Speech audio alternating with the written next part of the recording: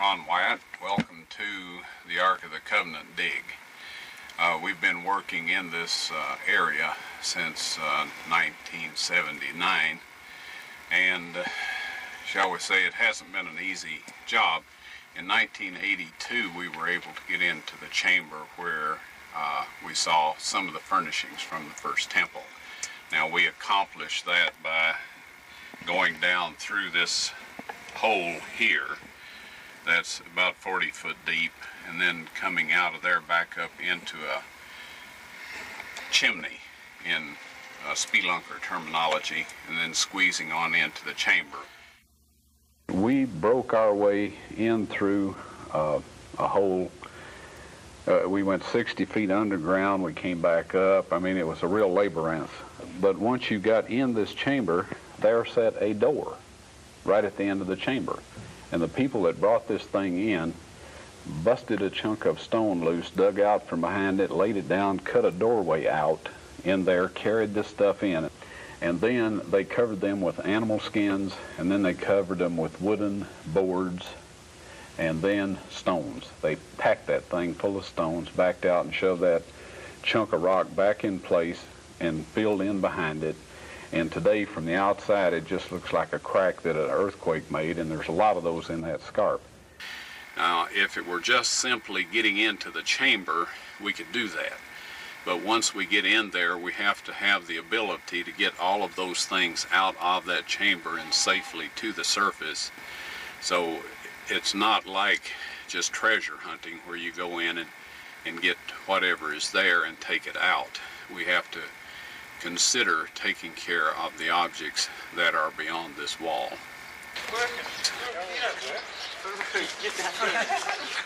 And we're bringing the radar scanning equipment out of the hotel here.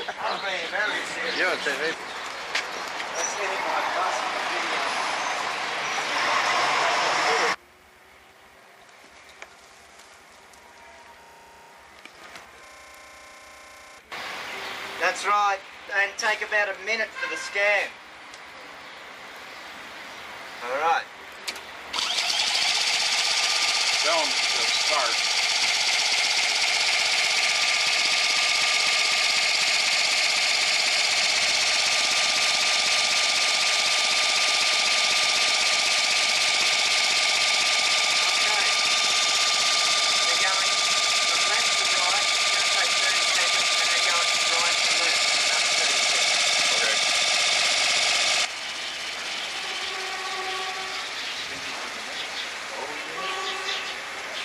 You could see the excavation site's kind of hid by these bushes, so a lot of people as they walk along this path don't necessarily see it, but sometimes they'll hear the noise.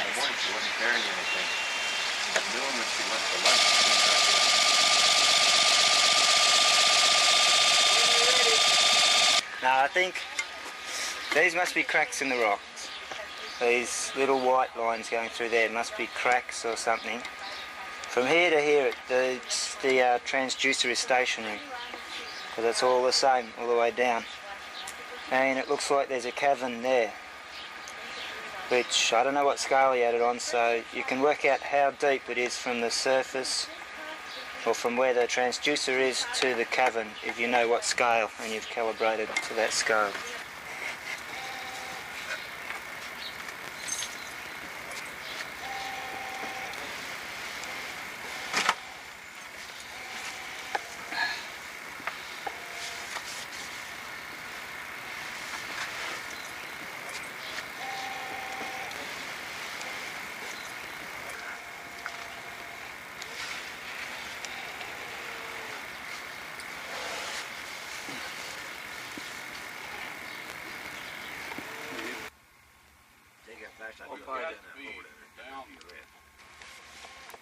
This is what, 40 feet down? Roughly, yeah. 44 feet down? Old wall we found. All digging down.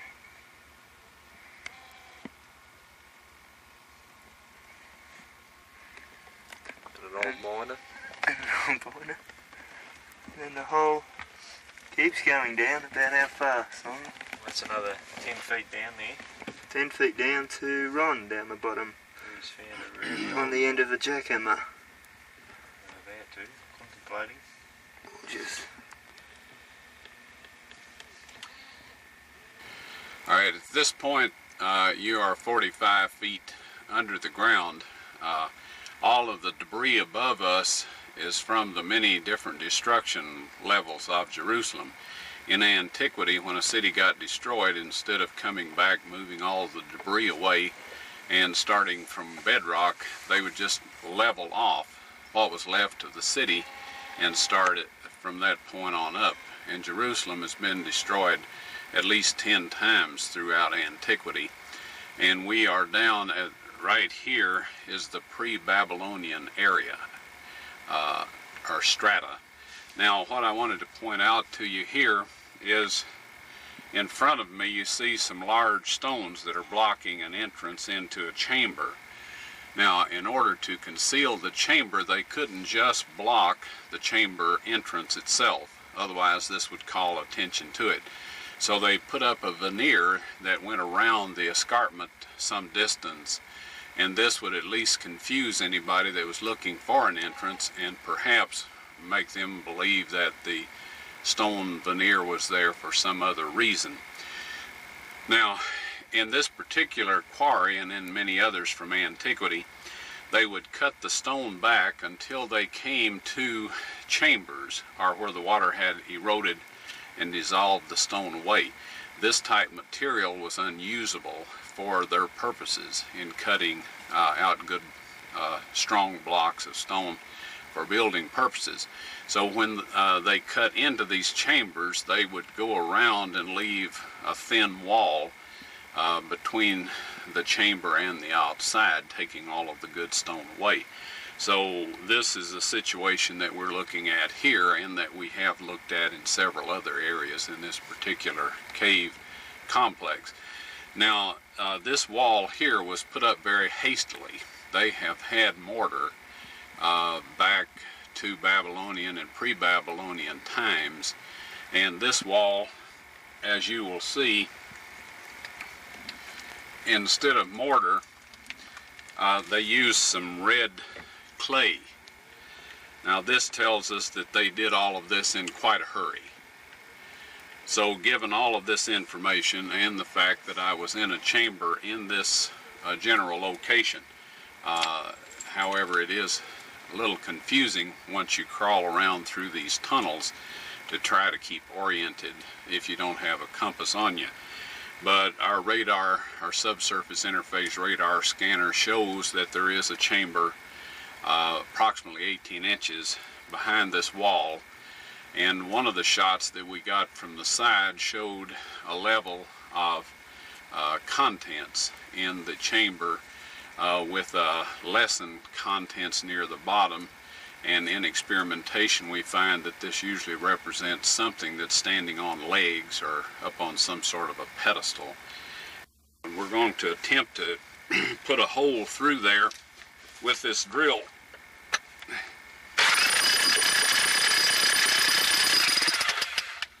Alright, now as we're down here with a lot of debris over us, quite enough to bury us, and some future archaeologist, if time lasts long enough, would find our remains, that is too much vibration down in this area and would trigger earth slides, which we have experienced several of.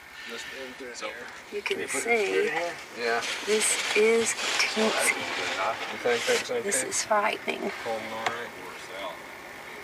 Someone's got to add on top side there. That, It's like you said, the only thing really holding this. take a good look. This just caved in a little bit earlier, and that's why they had to put these boards up. Behind, I don't know if you can see, there's nothing. There's the air hose. There's Frank laying the drill down. And I am going to very carefully try to scoot down a little at a time. Oh. You can see it's straight down. There's Frank with a bucket rocks.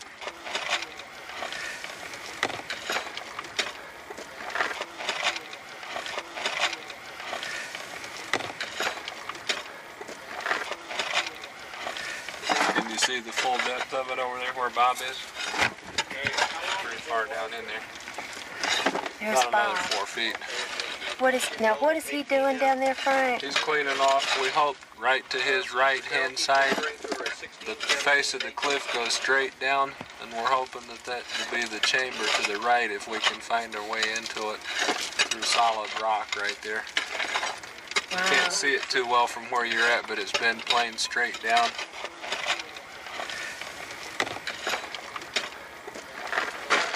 Over here to my left is where we had the cave in, where all this is missing. Right there. I don't know if this is recording very well or not. Looks like I'm fogged up, but you can see I am in a very confined space. And these guys have been working in here non-stop, day after day.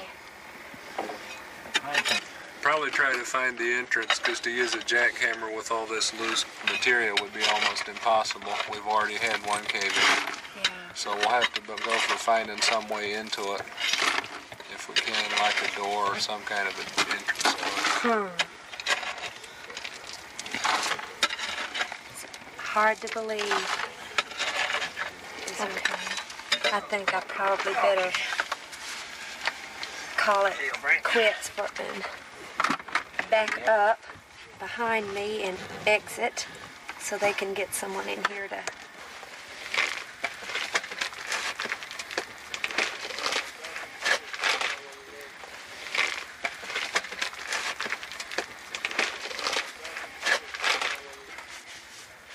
Okay. Did you see the wall and all that? Well, yeah, I didn't go, very far. Yeah. I just went down to about there. Okay. But you did see the wall. Yeah. You can see how small that hole is.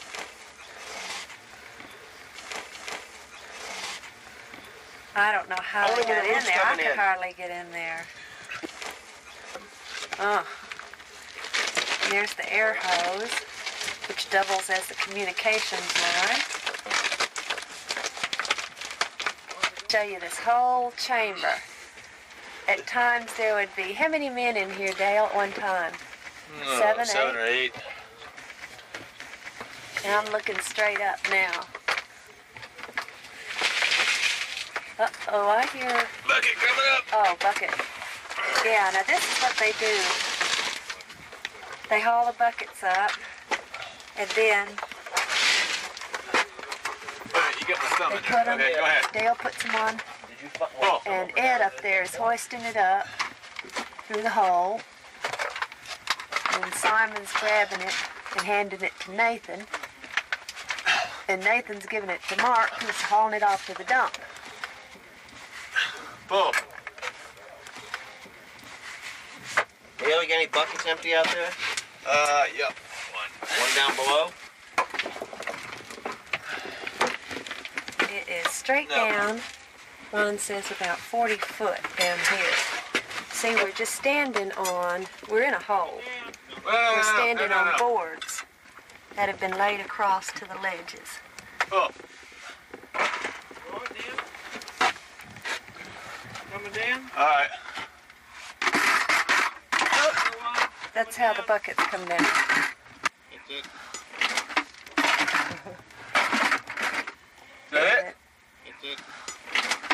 I missed that, but they just toss them down the hole. First time in 10 months.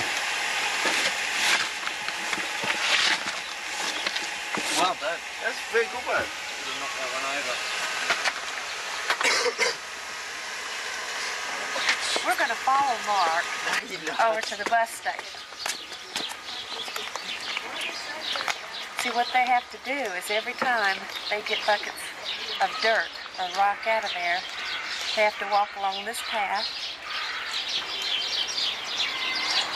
Now we're heading towards the bus station, where this morning they got tear gassed twice. And Ron was over here dumping rock at the time and got it full force.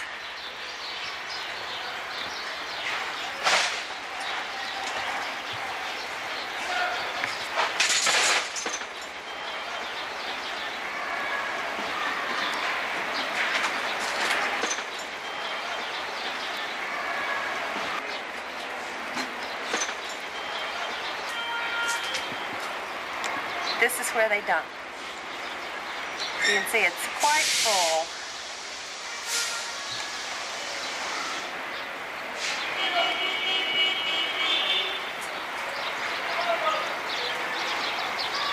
We're standing now at the edge of the garden tomb area where the bus station is, looking outwards in the direction of the excavation. Now, we're walking around. We're going to go up and look at the bus station where all the tear gas came from this morning.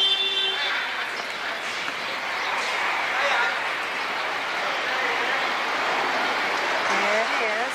I'll get over here in a better position.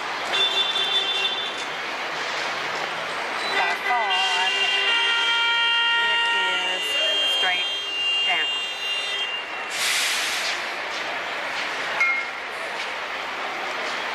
Now, right over here, you can see Golgotha, Skull Hill. There's Skull Hill, and you come along here where the wall is, down to where the excavation is, which is right there. We're looking right into the area that it is, right there. It's where Christ was actually crucified.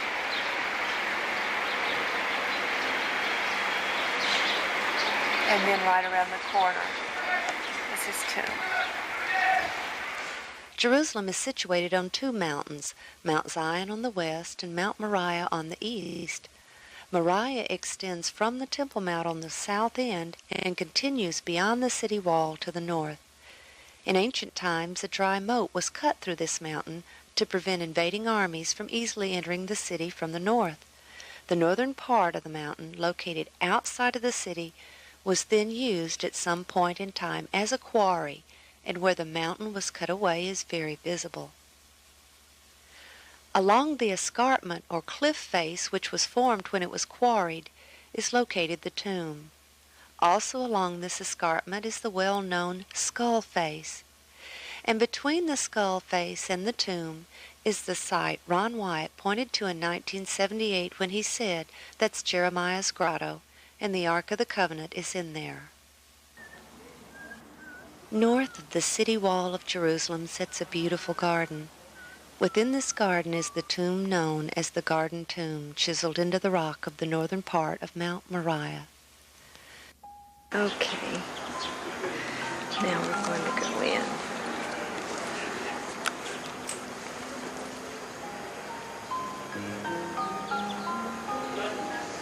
Here we can see inside of the tomb.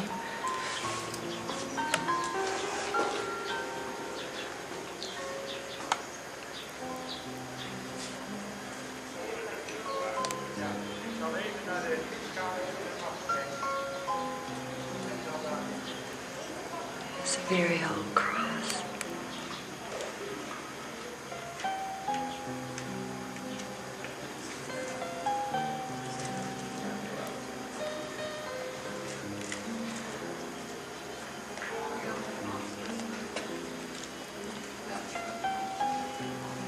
This one is just as it was originally carved out. This is a very small area. I don't know if someone was to be buried there or not. But here we can see that right back here it was dug out more, presumably because Christ was taller to accommodate him.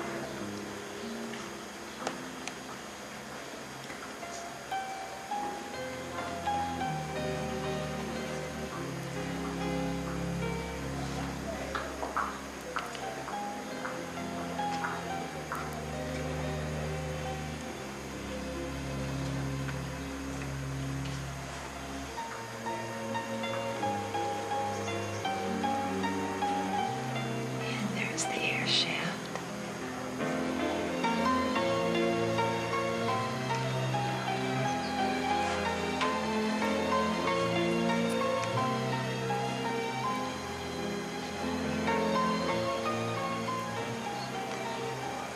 was out this door that Christ walked.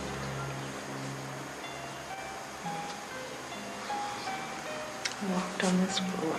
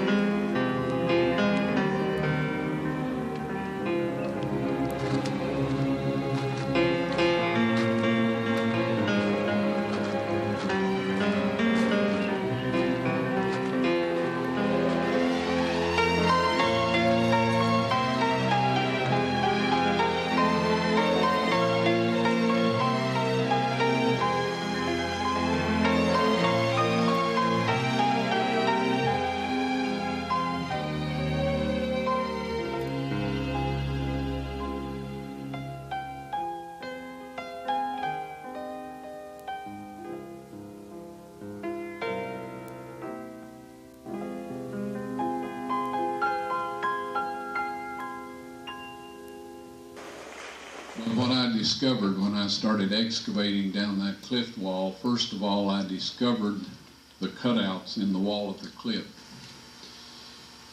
where they had posted the signs. We painted or drew Jesus of Nazareth, King of the Jews, in the Roman and the Greek and the Hebrew languages, and we put them there, and we set this up to resemble what happened to Christ on the cross. Okay. Now the cross hole is actually right straight down below where we set this thing up. And of course this is the chamber that you've been looking around through with us as we worked. Now this whole fill here needs to be taken out.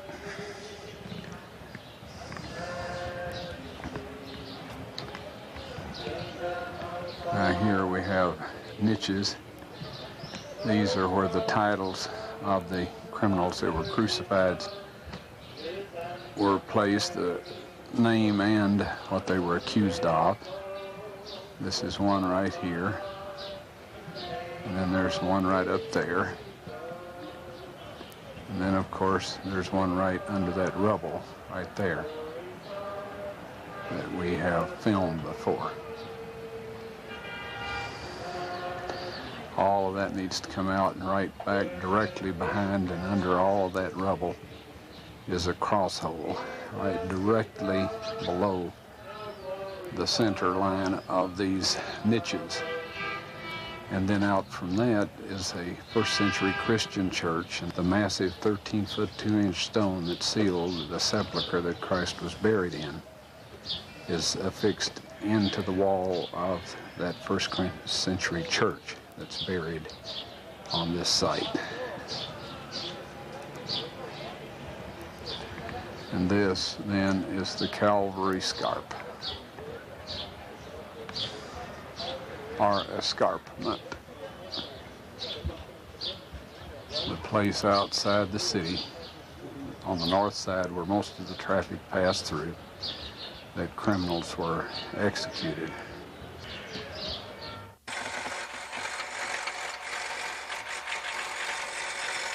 What an enormous amount of work this was, and the tremendous difficulties involved. The maze of tunnels seemed endless, as did the many tons of rock and rubble that was removed over the years of work there.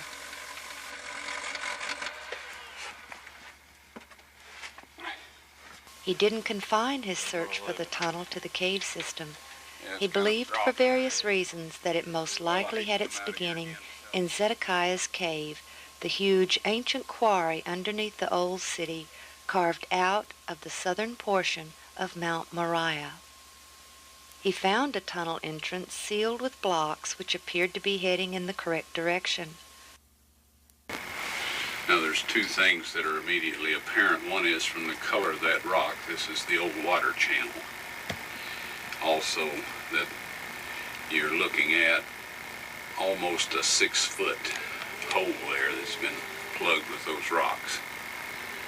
And it's aimed exactly in the direction that our excavation across the street is located in. Now here's another thing that wasn't noticed. This rock right immediately to your left is part of a wall. This right here. See that stone, that stone, that stone, another stone below it. So this was double sealed. And whoever explored the cave in recent times broke through this one, but then they did not break through that second one. And we can assume that there's maybe some more baffles or blocked areas farther back. Upon opening it, he resealed it. It was not the tunnel he was looking for. Each time Ron and his crew excavated, the entrance to the cave system had to be refilled and the area completely cleaned up before they left. This was a tremendous task, as was reopening it each time they returned. So Ron finally installed a steel door which could be easily covered and uncovered with dirt and gravel, yet it allowed easy entrance. It also allowed him the ability to enter the system alone without a crew. This same trip, he and the crew built a beautiful retaining wall around the area of ground directly below the cutouts or niches and above the cross holes. Getting a little look at our fancy stonework.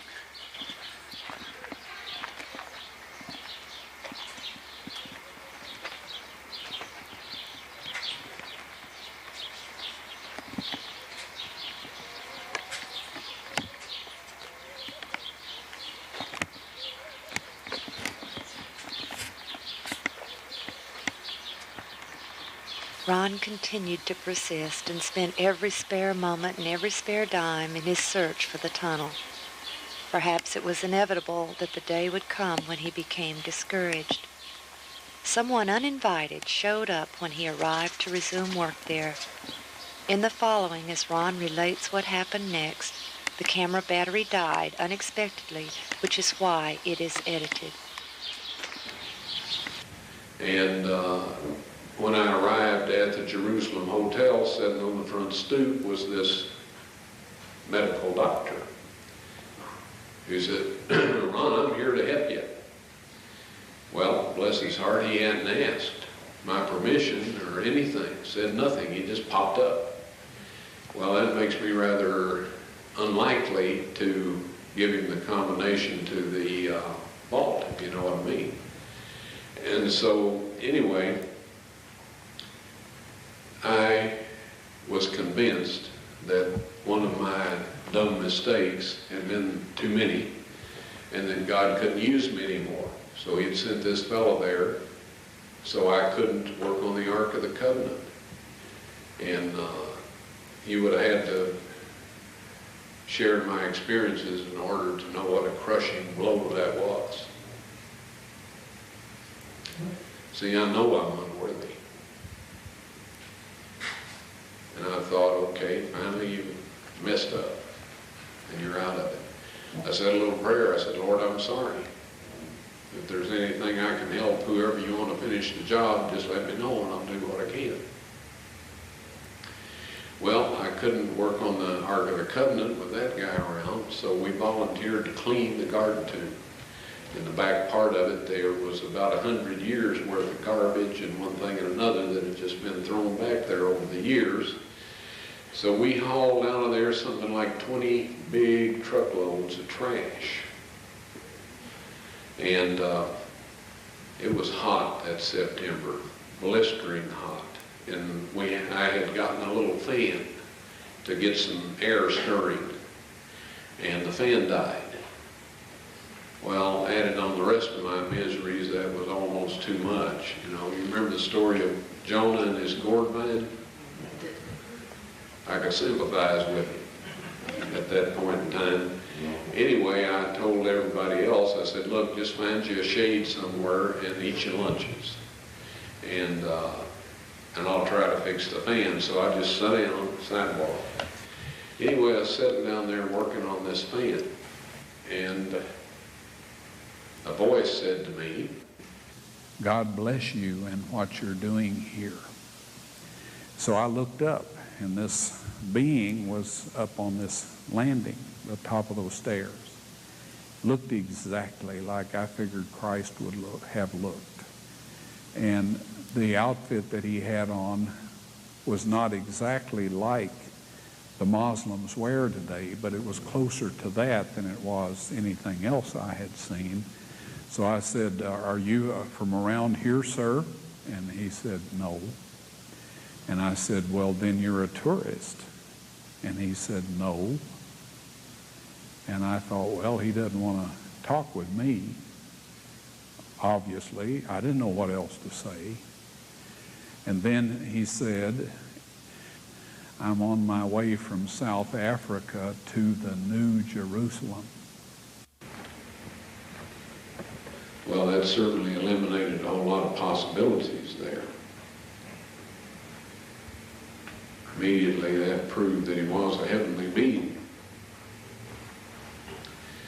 And I just sat there, didn't say anything, and he just continued to look at me. He said, "God bless you."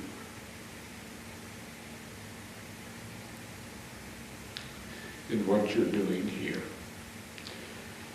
He was at the top of those stairs. And he walked right back that little short sidewalk, took a right at that big pine tree, and headed for the front gate. Well, this doctor, of all people, was the only one in earshot. And he was back under some shrubs in the shade eating his lunch, and he piped up and he says, "Ron, do you suppose we've been talking with an angel?" And I said, "At least." Well, I worked with great enthusiasm for the rest of that day. When we left the garden tomb, I asked the ladies in there, I said, "What did you think of that big, tall man dressed in ancient Jewish garb?" They looked at me kind of funny. And they said, "There's been nobody in here like that today." And then one of them said, "Well, Mr. Wyatt, there's never been anybody in here like that." So somewhere between where he turned right past that pine tree and before he got to the office, he went on to the New Jerusalem.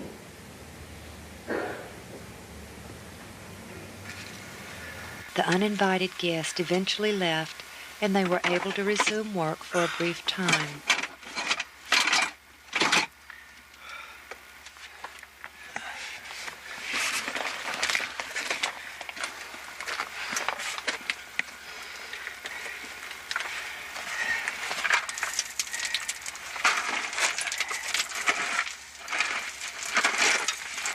At this time, Ron made the following discovery.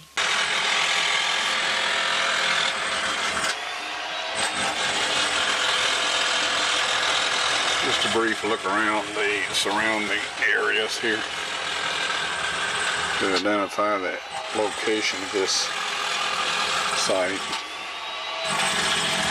Down to the left, of course, is down where the work's being done in the excavation.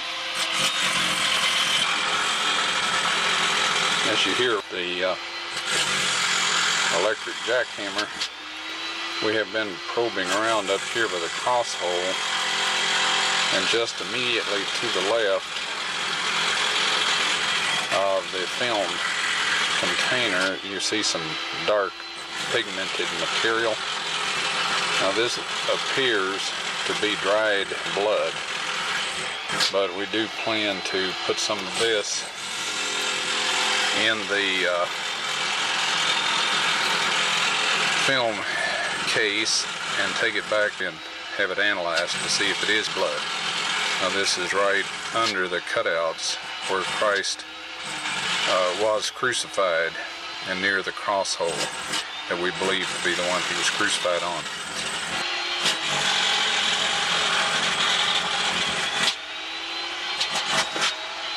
There, right at the very tip of the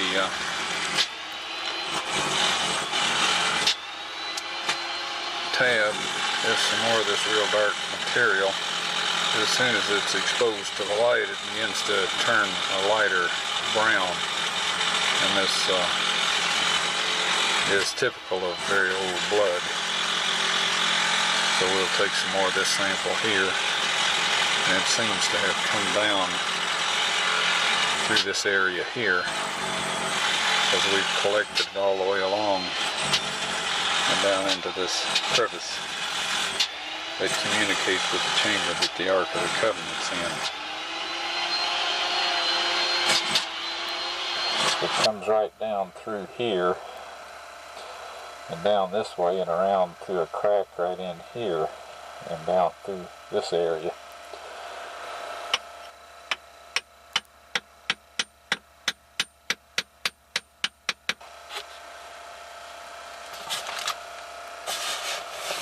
Anyway, I have several samples of it that I have taken. For many years, the specimen sat untouched. Then, in 1996, when Ron was in Great Britain, Richard and Elizabeth Reeves and their sons came to Nashville to our home. Richard had a new, unique, and very powerful microscope he wanted to show us. Leviticus 17:14 informs us that the life of all flesh is the blood thereof. Once again, scientists are finding out that the truths of Scripture are far more literal than they ever imagined. Tiny particles have been discovered in blood that are seemingly indestructible. These tiny particles are less than 1/10 of a micron in size, and while they cannot be seen using standard medical microscopes, new methods of microscopy have been developed which makes it possible to see them in their living state. The French scientist Gaston Naessens designed special microscope components that would allow him to see these particles, which he entitled somatids, meaning the body that creates. Through experimentation, Professor Naessens found that these somatids contain genetic material yet to be fully understood by the scientific community. They are polymorphic in nature, growing from stage to stage, and are unaffected by high temperatures, extremely toxic chemicals, or even nuclear radiation. Professor Naessens believes these somatids to be subcellular living and reproducing entities, the precursor of DNA, and that they may be the building blocks of life. About 6 years ago, I learned about these particles as a result of some research that I was conducting, which was totally non-related to archaeology. At that time, I was using a standard medical microscope, and while I could not see these particles, I knew they had to be there. I began to develop my own microscope patterned after the design of Professor Naessens. What you see behind me is that microscope in its latest stage of development. The microscope employs an extremely bright xenon or mercury light source, which can be combined with tungsten light. The light is directed across the microscopic specimen rather than on or through it in what is known as a dark field configuration. The light reflecting off the object is transmitted through the microscope and is magnified over 1,000 times. The image is then captured by a sensitive CCD camera and transmitted to a monitor for viewing at screen magnifications of up to 30,000x. Under these conditions, the tiny living particles can plainly be seen against a dark background. In 1996, my family and I made a trip to Nashville to visit the Wyatts. I brought along the microscope, which at that time was somewhat portable in its early stage of development, and set it up in the basement of the Wyatt's house. One evening, Mary Nell Wyatt asked me to take a look at some material from a burial cave to see if these tiny particles were present. Without my knowledge, one of the samples was actually the blood sample that Ron had taken from the Ark of the Covenant dig. The sample was placed under the microscope, and as the specimen began to come into focus, thousands of tiny particles, somatids if you will, became plainly visible. At that time, Mary Nell, who was standing behind me, began to weep. As I turned around and saw the expression on her face, I realized immediately that the sample we were looking at was actually the sample that Ron had found to be the blood of Christ. Okay, Mary Nell's going to take the sample and mix it with sterile water.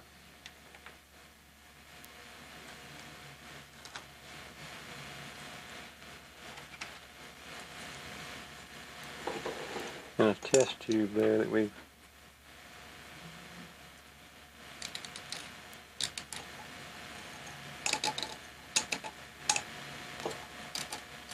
that'll be enough.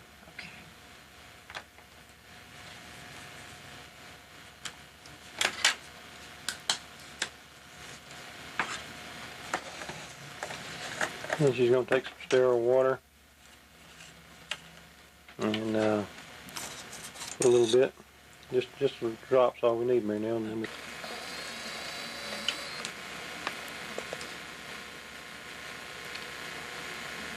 Okay, so now that we've got the sample on the slide, we'll go ahead and focus into the sample and see what comes up on the screen here.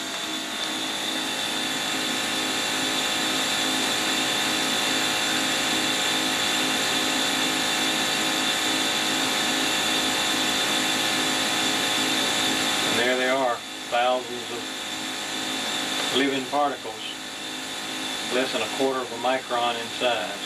The spores are maybe a half micron, and but most of those little particles that you're looking at is 17,000 x magnified on the screen 17,000 times.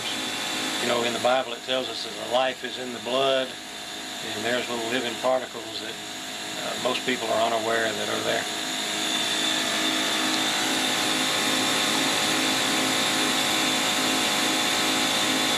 And this is the same thing we see in living blood. The scientist in Canada says that these things never die.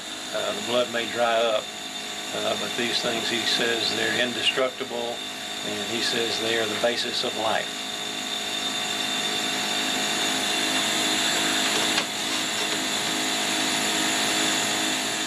The results we obtained in no way can be said to be proof that the specimen was the blood of Christ, but based on the location from which the specimen came, we believe it was what Ron believed it was.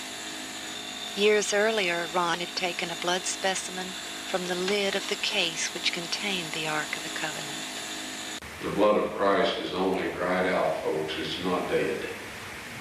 When we rehydrated it with normal saline, 72 hours at body temperature with slight, very gentle swirling, and put the white blood cells in a growth medium, 48 hours later, we did a chromosome count. I didn't. This was in Israel. It has 24 chromosomes only. All of us here have 46.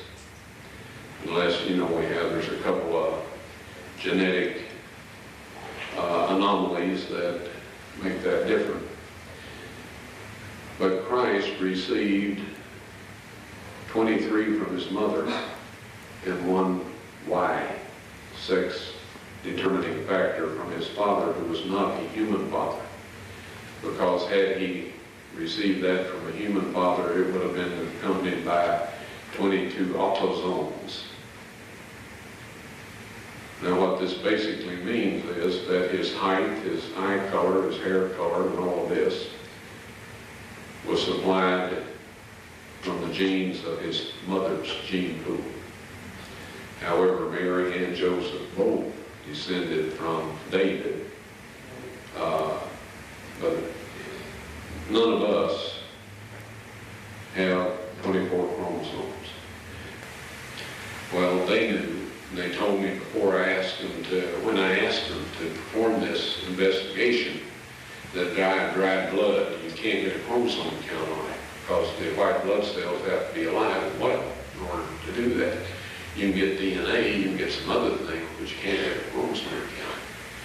So this blood is unique, and it is Christ's blood.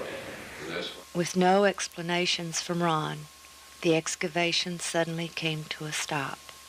On a later trip to Jerusalem, Ron entered the cave system alone through the middle door, and for the first time in quite a while he re-entered the chamber with the Ark of the Covenant. To his utter surprise and disbelief, he found the chamber had been completely cleaned out and all the items from the temple were set up.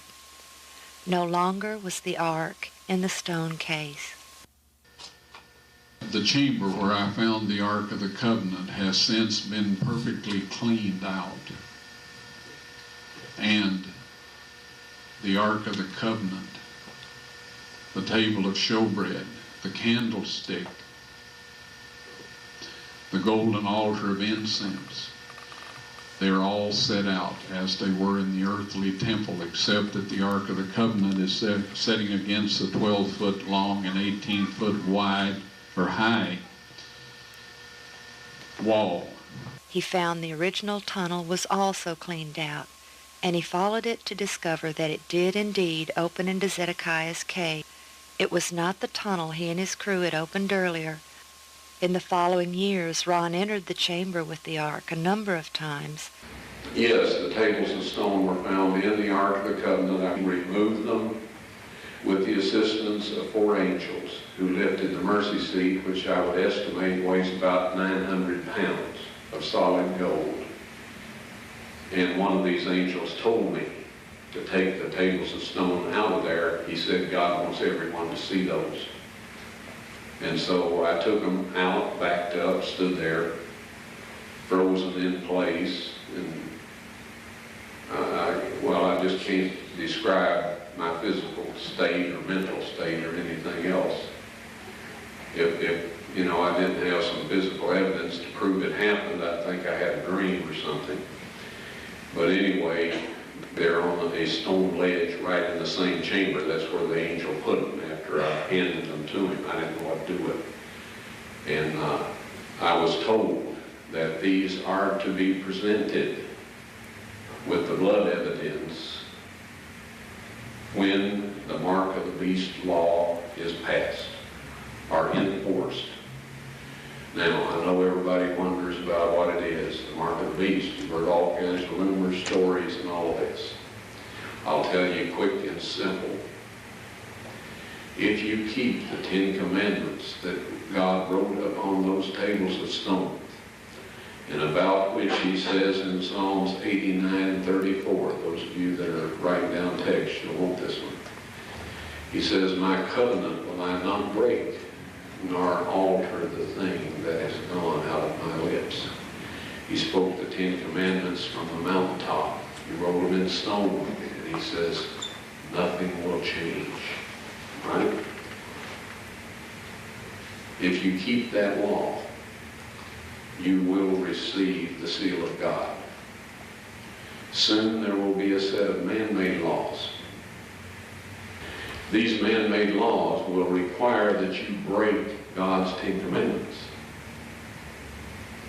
Christ said of the Pharisees, for it is in vain that they do worship me, teaching for doctrines the commandments of men. If you keep those man-made laws and break God's 10 Commandments, you will receive the mark of the beast. The blood of his Son on the mercy seat at the Ark of the Covenant. Now the mechanics of that, how it happened, is in Matthew chapter 27, verses 50 through 53. It says, when he had cried again, he died. The veil of the temple was rent in twain from top to bottom. Then the earth shook and the rocks were rent and the graves were opened. When the rocks rent, the cliff behind where Christ was being crucified split all the way down, right past the left side of the cross hole and down into the chamber where God had hidden the Ark of the Covenant some 600 years before.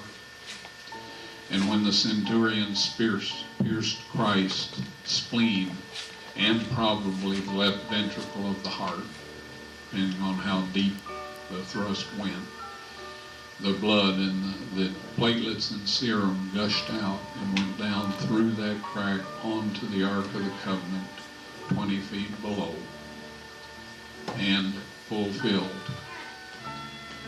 ratified, if you please, the Old and the New Covenant. And at that moment, you and I were bought with a price, as was everyone else on this planet, if they will only take advantage of what was done for them. What Christ did was enough to redeem every man, woman, and child that has ever been born on planet Earth. The tragedy is that so few avail themselves of that wonderful gift. Now, the next morning, and this is in Matthew chapter 28, it says, the angel descended to roll back the stone, and there was a great earthquake. I believe that God closed the crack at that point in time because there's no evidence of any surface water, rain, or dirt, dust, anything else having fallen through that crack other than just the blood of Jesus. And there it remained for almost 2,000 years. But the ark was sitting there 600 years before the blood actually went on it. Appreciate the time you all have shared with me here.